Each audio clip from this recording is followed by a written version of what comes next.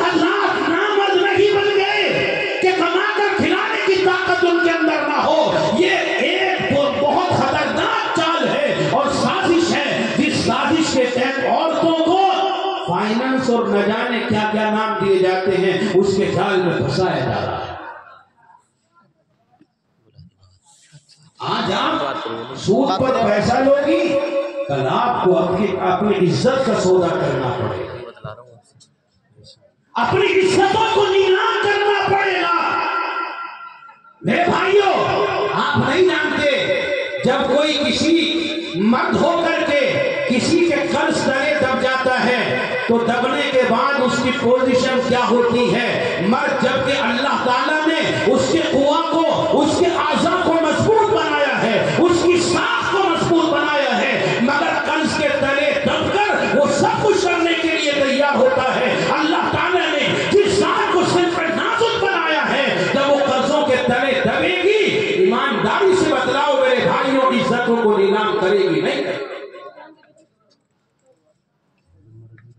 عزتوں کو نیلام کرے گی، عزتوں کا سودا کرے گی، اور جو مرد حضرات ہیں ان کے نام کٹانے کا سبب اور ذریعہ. اس لیے میرے بھائیوں، اپنے گھروں کا جائزہ لو.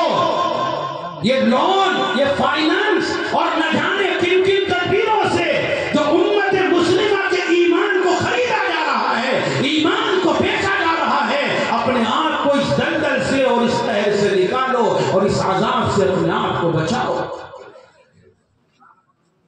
کون سے گھر کی مجبوری ہے کہ جس گھر کے اندر کھانا نہ ملتا ہو، ٹکڑے نصیب نہ ہوتے ہو، صبح شام کھانے کا انتظام نہ ہوتا ہو، کہ میری ماں، آپ کی ماں، میری بہن، آپ کی بہن سود کے چکر میں پھنس کر اپنی دنیا کو بھی خراب کرے، اپنی عزت کو بھی خراب کرے اور اپنی آخرت کو بھی خراب کرے.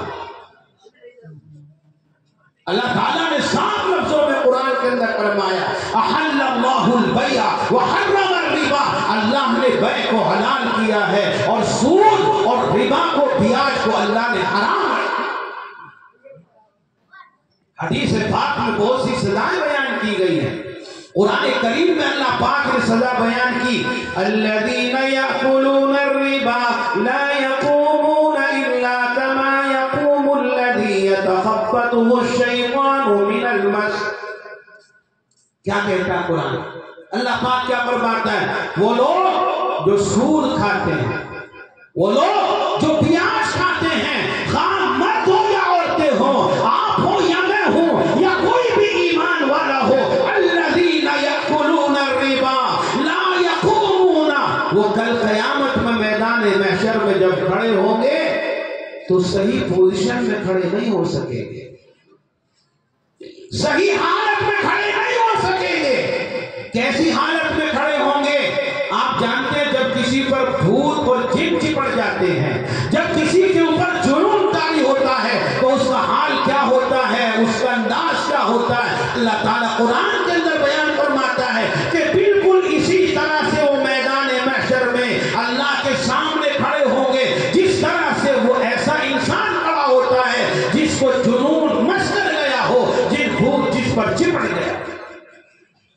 یہ پہچان ہوگی، سب جان لیں گے، سب پہچان کر لیں گے کہ وہ ظالم ہیں، یہ وہ منحوس ہیں، یہ وہ بدبخت ہیں، یہ وہ کمینے انسان ہیں جو سود لیا کرتے تھے، سود دیا کرتے تھے. الفاظ بھاری تو نہیں لگتے؟